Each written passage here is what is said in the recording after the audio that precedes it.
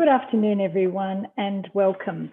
Welcome to the City of Casey Council meeting on the 29th of June, 2021. My name is Nolene Duff and I'm the Chair of Administrators here at the City of Casey. And in line with current restrictions by the state government, we are holding this meeting virtually and it is being publicly live streamed. So I welcome all of you who are watching it this afternoon live streamed. I'll start by introducing those present at the meeting today.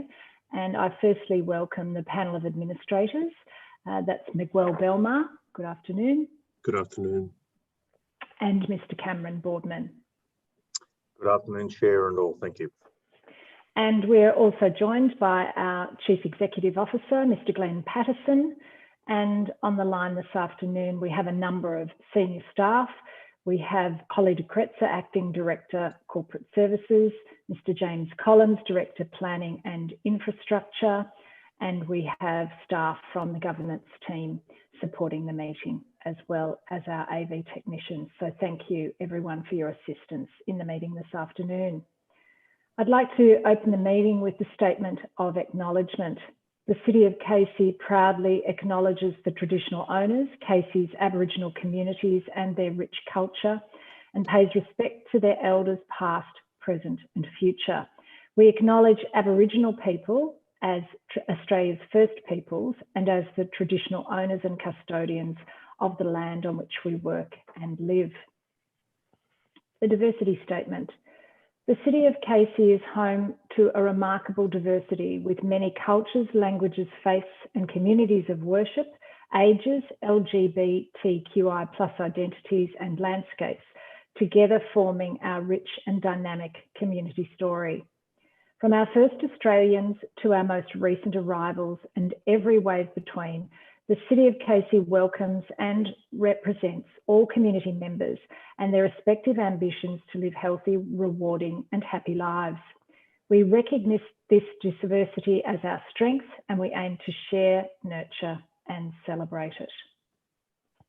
I now move to item 2 on the agenda, which is the confirmation of minutes of the council meeting held on the 15th of June 2021. Could I have a mover and seconder to confirm those minutes? I'll move those minutes, Chair. Thank you, Mr. Boardman. I'll second those. And a seconder, Mr. Belmar. I'll put that motion to the vote. All in favour? Carried. Item 3, declaration of interests. I've considered my obligations under Section 130 of the Local Government Act 2020 and do not have any conflict of interest relevant to the agenda papers this afternoon. I also note no officers have declared conflicts in the reports. Do my fellow administrators have any conflicts to declare? I have likewise nothing to declare, Chair. Thank you. And I have no conflict to declare. No conflicts declared. Thank you. Now move to item 4, public question time, and there are no public questions submitted for the meeting today. Item 5 is officer reports, and we have 2 reports to consider this afternoon.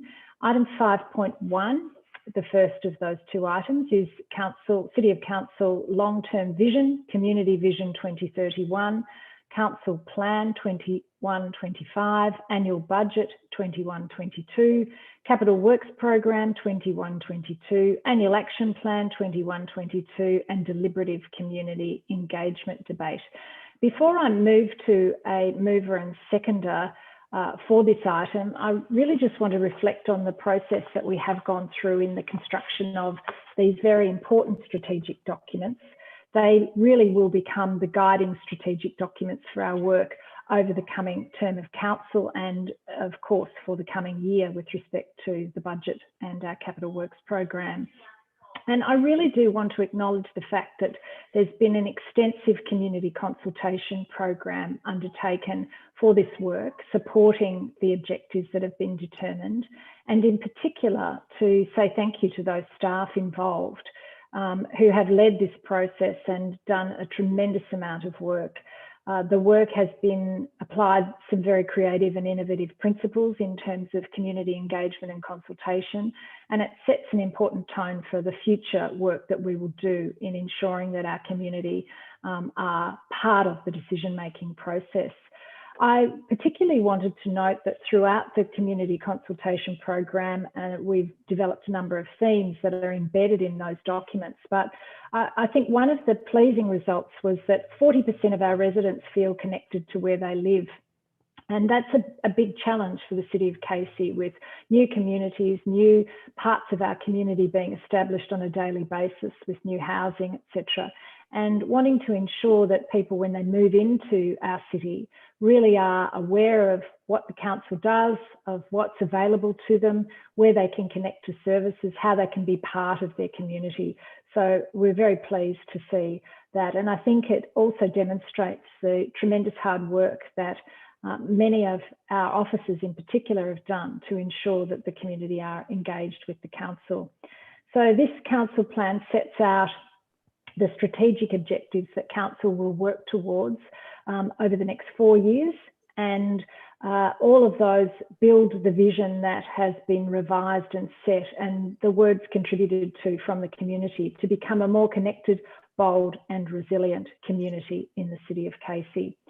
I'd also like to thank the members of our community who've participated in the processes, and we do really rely on their input. We thank them for their participation. Those that were involved in the deliberative engagement processes really contributed a lot of hours of their time, and we're most appreciative. And I do believe that the material has strongly benefited from that input. So with that, I will formally move to item 5.1 and invite a mover and a seconder. I'll move that motion, Chair. Thank you, Mr. Belmar. And a seconder? Mr. Boardman. Mr. Belmar, I invite you to speak to the report. Thank you, Chair. I note in moving this motion tonight that this is particularly the return of a motion following community engagement of a motion that was before Council on the 18th of May and was then further subject to a community meeting at which we heard a submission from the Casey Ratepayers Association, and I'd like to thank the Casey Ratepayers Association from their contribution to this process.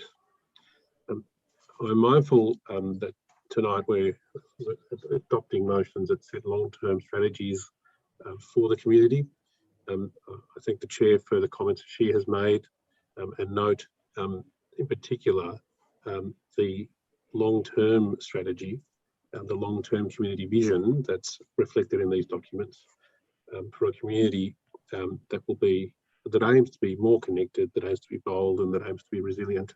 And certainly we're faced with a time where those challenges are at front of mind. With respect to the matters related to the budget, and in particular I want to spend a little bit of time on this. The community responses that we have had, and again I refer to the Ratepayers Association, and I look forward to having an opportunity to engage with them in the near future. I note that this year the council budget is applying a 1.5% rate cap increase. I note that in doing that, careful analysis has been undertaken to ensure that not only are we able to meet our commitments in the next financial year, but into the future. I am, as an administrator, all too aware of the hardship that some in the community are facing at this time, but also aware that tonight we are passing other motions that, or another motion that shows the efforts being made by council to consider that situation. And so I want to assure the community that careful financial planning has been undertaken, that a reflection has been made following the engagement with the community, and that the documents tonight reflect not only council's aspirations for next year in its budgetary sense, but also into the future. And with those comments, and noting also the extensive debate that has been had over the last month on these documents, I've moved this motion. Thank you, Mr. Belmar. Mr. Boardman. Thank you, Chair. Can I echo and compliment your opening remarks to this recommendation and to my colleague Mr. Belmar's comments. I made some likewise very extensive comments when I moved the recommendation for these documents to go to public consultation at our meeting on the 9th of June, I think it was, and also noting that this is the third meeting this month we've had to deal with this particular matter, including our most recent meeting on the 15th, where we did invite and address public submissions, particularly as noted by Mr. Belmar, the Casey Ratepayers Association. And likewise, I look forward to meeting them very soon in the near future to further discuss some of the issues that they have raised, all of which are valid, and the responsiveness that we can provide to better address some of those community expectations. Mr. Belmar remarked insofar as the assessment and the diligence that we put into considering the financial recommendation, which effectively becomes the headline aspect of the budget and underpins the long-term strategic pillars of the municipality, insofar as meeting the rate cap of 1.5% set by the state government. I made comments earlier this month around analysing all scenarios from 0% to various levels of increments up to 1.5%. And considering those scenarios, considering the impacts that would have on the forward financial plan of the council and our ambitious and largest ever capital works budget, and to meet not just current expectations on community services, but some of the shocks that we will have to deal with in the future, particularly as it relates to changes in state government's legislation and expectations around waste management, for example. Council has to be in a healthy economic position to meet those expectations now and into the future. And whilst the last 12 months have been 12 months that none of us would ever envisage, it has dramatically changed the landscape, not just from managing and dealing with community hardship, but also dealing with our own contractual and other obligations to deliver a very large and a very complex service expectation to the community. And it is not just the 3 meetings we've had this month. It has been a series of significant analysis, workshops, consultation, officer engagement, officer feedback, officer interrogation, and 3 of us really looking at the total sum of the over 300 pages of documents that make up this recommendations to come up with the balance that we think is in the longer term interest of this organisation.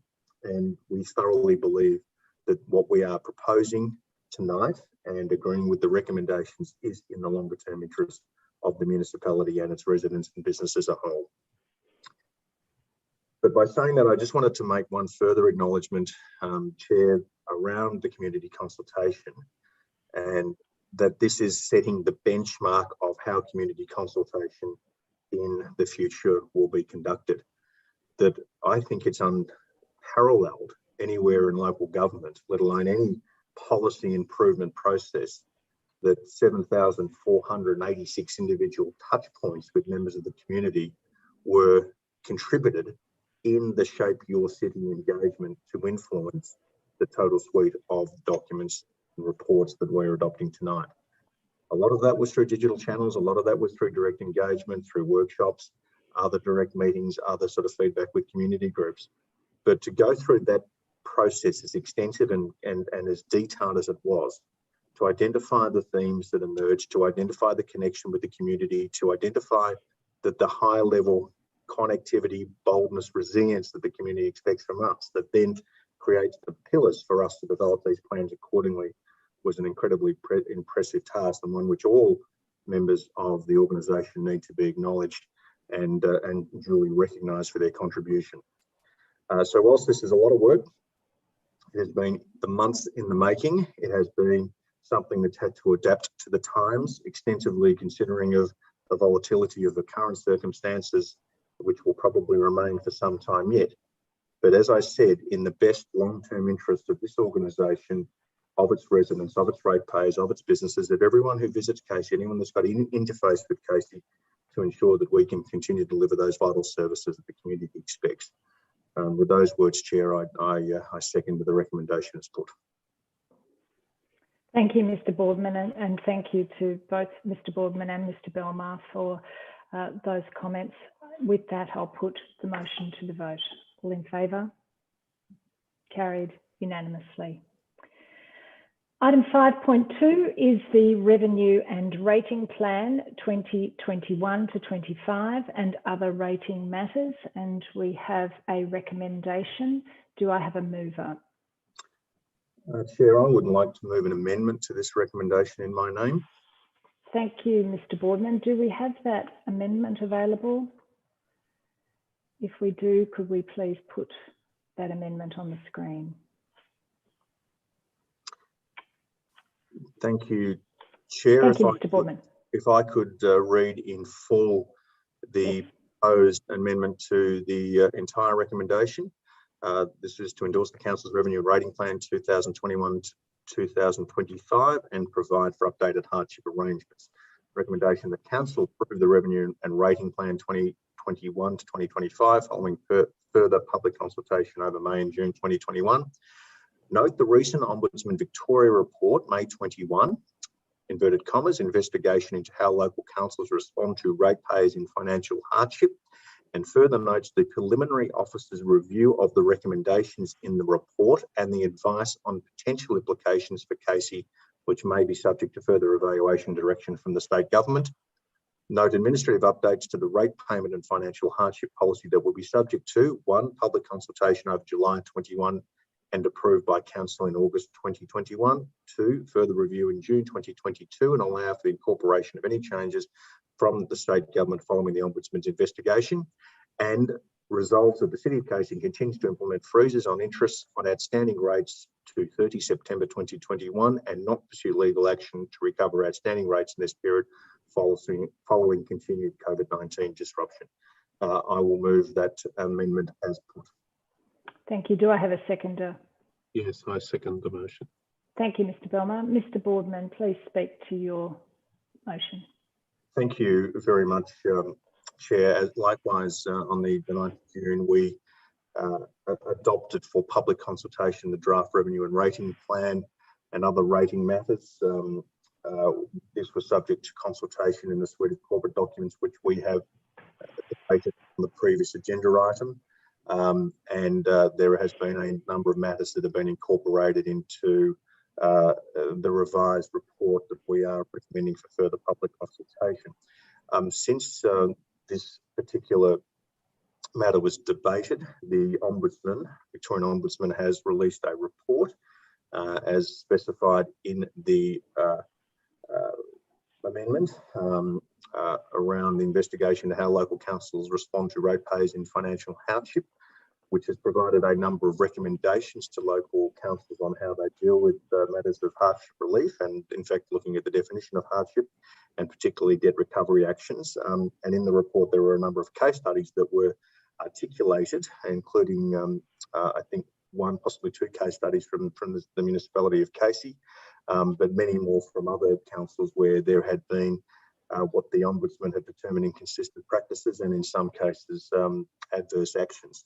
The Ombudsman's made a number of recommendations which we have articulated in a response, well, I should say the officers have articulated in a response on page 356 of the council papers, which include recommendations such as ensuring a clear, consistent definition of financial hardship, looking at the establishment of a code of conduct or a code of practice or guidelines around this, that there is a formal rates hardship policy, that there's adequate information that is communicated on council websites and through other communications channels, and the councils give discretion to waive or defer rates for interest for individual ratepayers without application.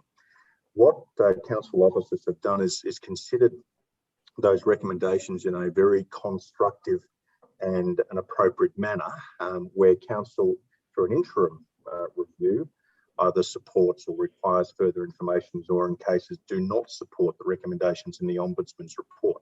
Now, this is very critical from the perspective of setting clarity and consistency with how an organisation as large and as complex as Casey will raise its primary revenue source, being its obviously ratable base, but also giving that clarity to its ratepayers around if in the circumstances there is a requirement to review such matters, if there is hardship or if there is any other circumstances which lead to a ratepayer unable to meet their obligations.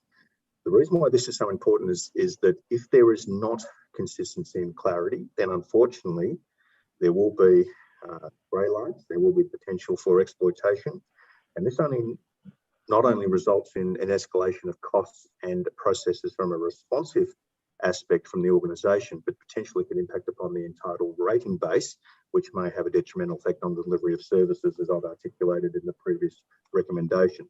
So whilst the report has come out since we first discussed this issue, and there are some recommendations that we believe do provide a best practice framework, there needs to be further analysis around those recommendations and the practical implications, not just from an organisational basis, but how they actually impact upon individual ratepayers themselves. And what we are trying to do tonight with this policy is to take on board some of the principles in the recommendations, adjust them to our statutory framework by having consistency in the policy, but again, give confidence and clarity to our ratepayers that this is exactly how we're going to deal with such matters.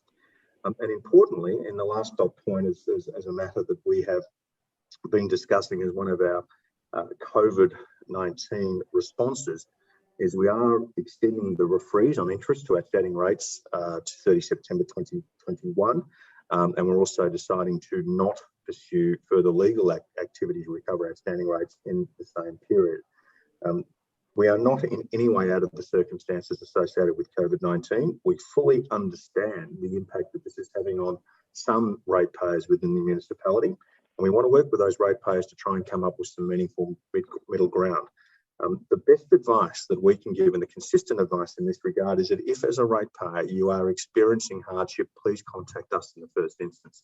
We do not want to be in a situation where we have to respond through any degree of formality. We want to work with you to look at where individual circumstances apply, taking the principles of the policy that we are seeking further public consultation in tonight, but also to try and tailor solutions on a case-by-case basis. And this is a very important part of the response.